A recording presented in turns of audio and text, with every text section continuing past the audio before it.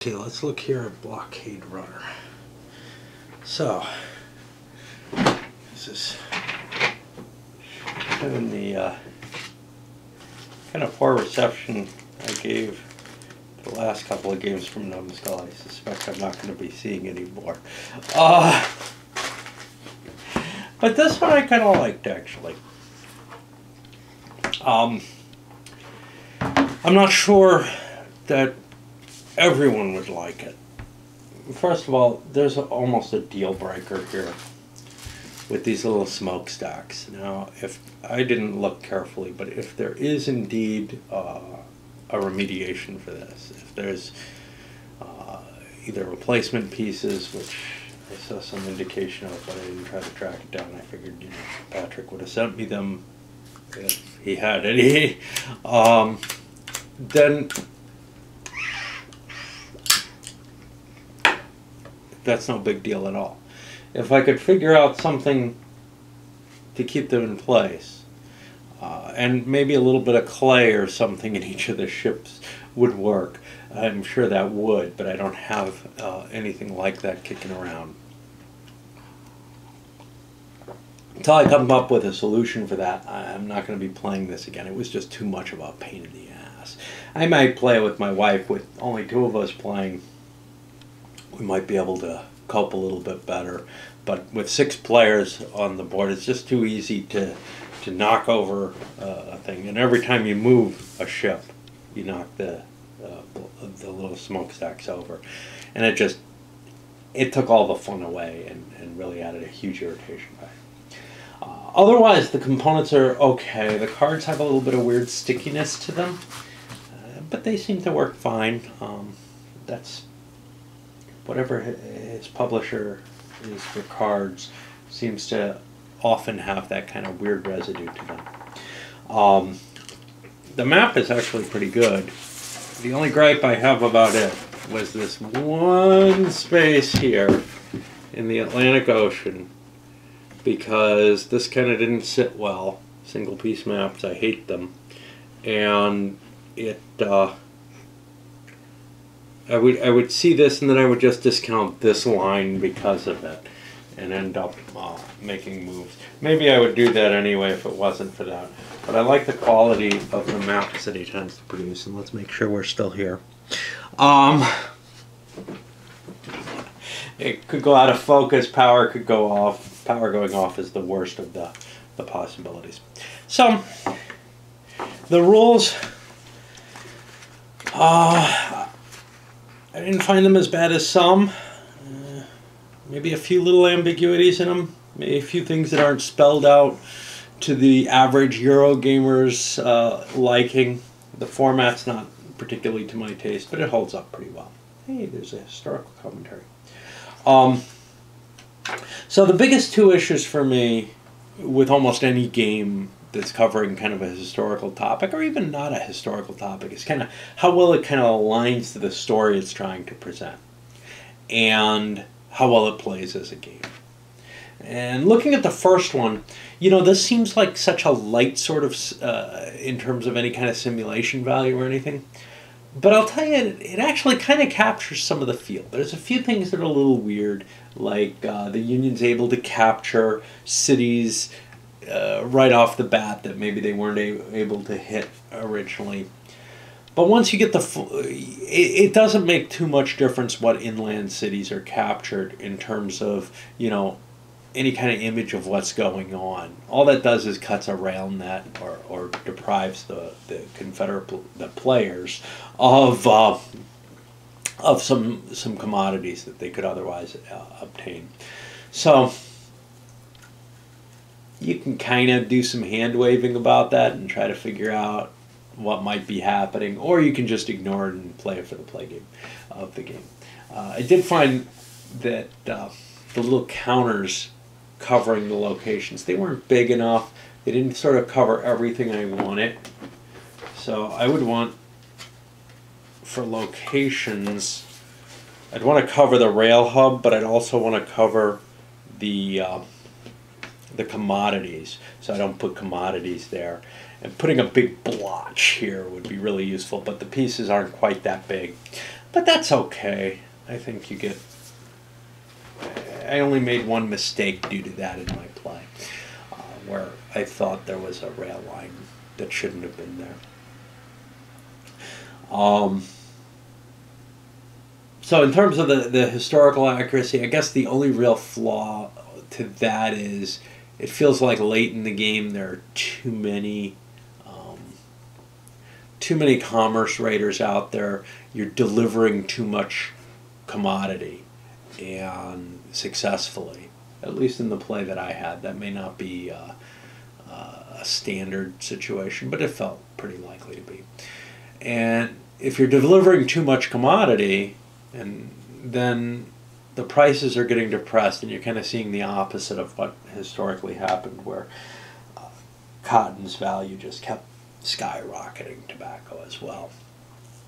And I would assume that the black market goods going into the Confederacy also went up in value. Instead, what you see is just a constant depression of the values, that the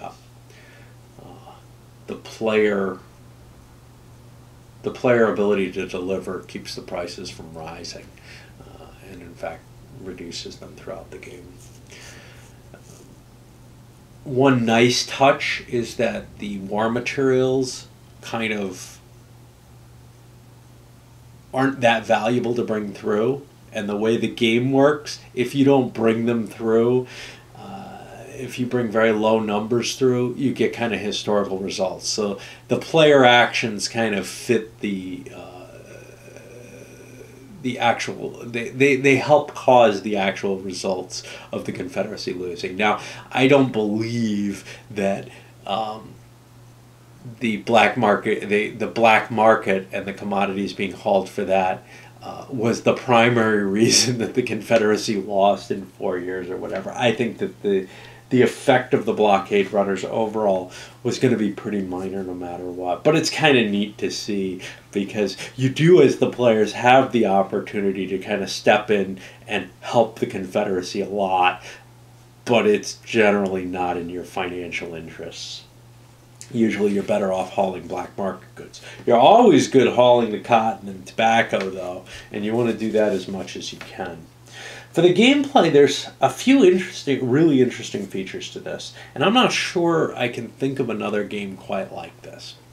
So one of the factors of the game is there's this potential for huge disaster, and in order to play to win the game, you pretty much, assuming you're playing against other people who are trying to win it, and have come to this conclusion, you pretty much have to take some risks. And those risks can cause a significant loss in terms of knocking you virtually out of the game.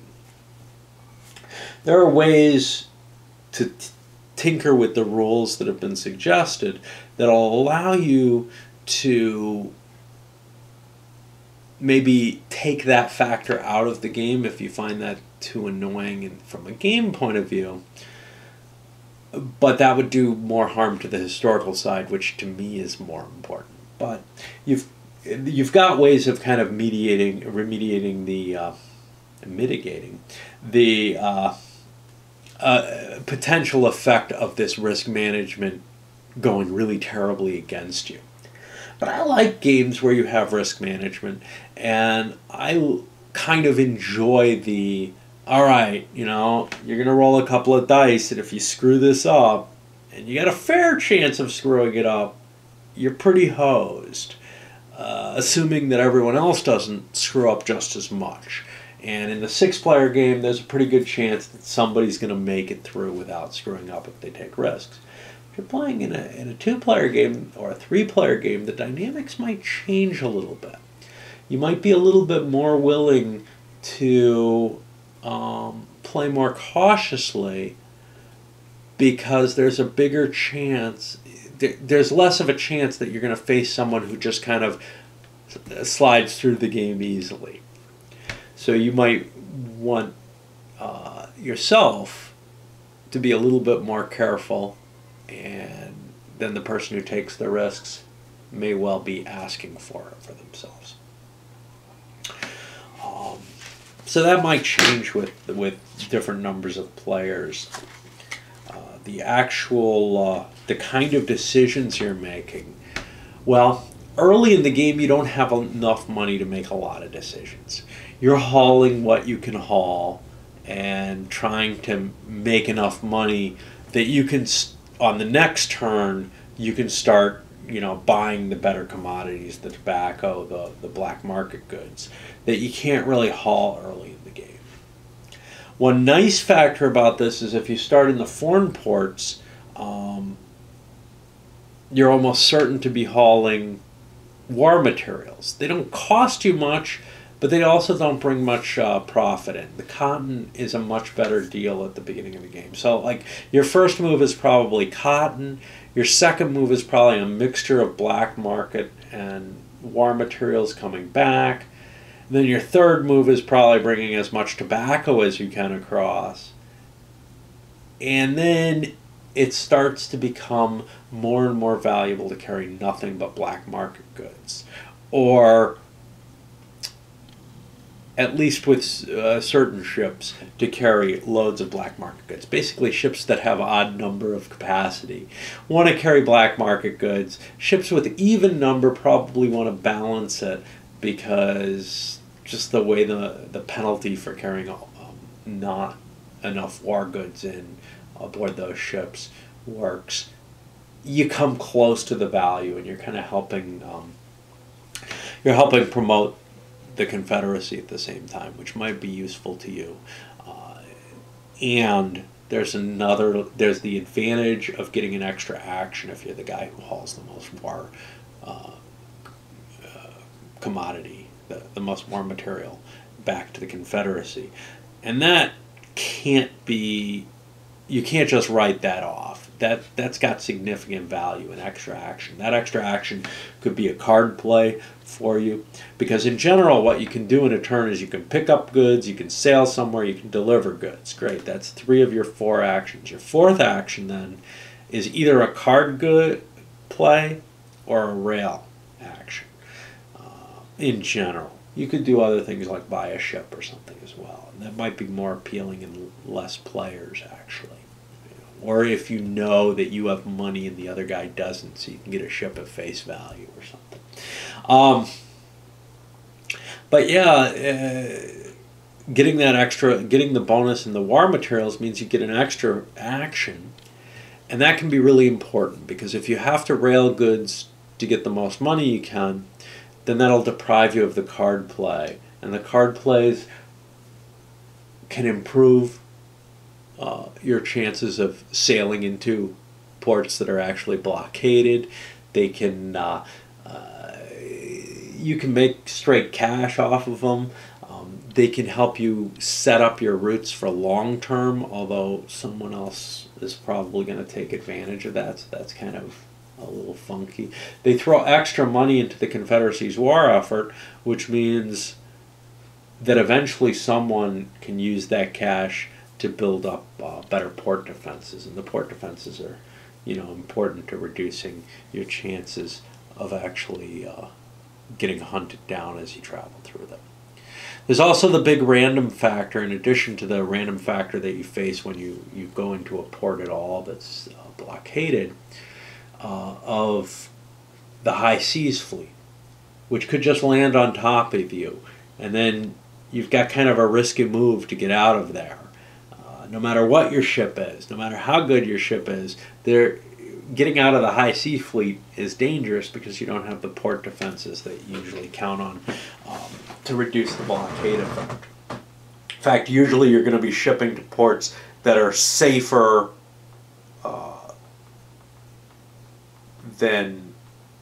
that are significantly safer than the high seas fleet is to face. The high seas fleet is basically one off your speed that you have to roll less than or equal to. Whereas whenever you travel to a port, you're almost always going to have a bonus to that. And sometimes you might be rolling directly against your speed. What else do you have to think about in your play? You have to think about the risk of whether or not, if a port you were counting on gets blockaded a little more heavily than you expected, okay, is it worth shifting your ship over? If you don't have very fast ships, that may cost you maybe not a whole turn, but at least an action for that ship. And it might mean that you don't deliver some goods you were counting on. It might inhibit the amount of money that you make. If you can get a lot of goods transporting at once, you can make a lot of money as long as the prices are reasonable. We saw people pulling in over 50K a year on their turns. But then that decreased as the prices just started plummeting towards the end. And I kind of wish the prices, I don't know, they don't feel like they move accurately there. But anyway, I see a lot of fun to this game in terms of that I'm taking a risk, and maybe I'll lose the game on this die roll, but so be it. It's not like it's a really, really in-depth and tough game to play. Although as you get more and more ships, your turns start getting kind of a little bit more painful. But overall, it's fairly fast moving. It's not at the level of Carcassonne or something. But compared to most games that are seriously about a topic, even to this degree, yeah, I think I don't think there's a huge amount of having to calculate out your turn for the best possible amount of money. Generally, your ship's runs are pretty obvious to you, and what sort of your optimal turn would look like. You're not going to be looking at too many different choices there. Things just kind of flow from where you set them up initially, and you've got to make kind of a major decision to shift your emphasis in one direction or another. There's some little tricks you start to learn. So, for example, I saw the issue of, okay, I want all my ships in the Confederacy or all my ships out at the foreign ports at the same time, because that might give me an extra half action each turn. That's a kind of weird little piece that, just because of the rail transport is an action, but you can use it for all your ships. It means that you want to make sure all your ships are in the same kind of section at the same time. The geography changes as the Union starts to conquer more and more of your rail net, and as they as they increase their blockades on you. So that's something you have to react to. One thing that's missing is there really isn't a whole lot of crap that your opponents can do to hurt you. And I don't know how much that bothers me. Think about something like the Mayfair Crayon Rails games. You don't have that there at all. The only real thing they can do is they can take commodities you need. They can maybe spend the Confederacy's money at a time when you're trying to stockpile it up for something important to you. But there really isn't a whole lot of take that. There's the ship bidding. If you put a ship up for auction, somebody else can buy it. But you've got the knowledge that if they outbid you, you get the choice to make them pay the price that you want them to pay for that ship, or where you can no longer afford it. But eventually you will get a ship of your choosing. So that's kind of a neat mechanism. Once you put a ship up for auction, you're going to get something. It's just how much you give to other players. And to some extent, their bids could actually hurt them if they spend too much on something. So I don't know. I think there's a lot of interesting decisions. I think there's a lot of interesting risk mitigation in it, or assuming risk even, that I really, really like the attitude of. the only thing that really crushes you is, yeah, that risk is big. You know, it's risk along the lines of in Titan, the chance of making a first turn attack, or, you know, within the first couple turns attack, where you could just neuter yourself, you know, or take yourself and someone else out in Titan, right? Or Stellar Conquest, making that first, you know, just launch all your ships to attack someone at once. Except here you're not attacking someone, you're not taking someone down with you. It's just you're making a really heavy risk. And it's not like there's opportunities to increase your risk and thus increase your payout later on. Pretty much you're faced with the same choices in terms of what you can deliver as everyone else is. So if you get behind, it's going to be hard to make that ground up. All the same, again, it's not, you know, a really heavy, long game. Falling behind, you can still have fun. You can still try for, you know, not coming in last or something like that in those circumstances. So it's not like you can do nothing. It's just, you know, you're not going to win anymore. All right, let's send it up.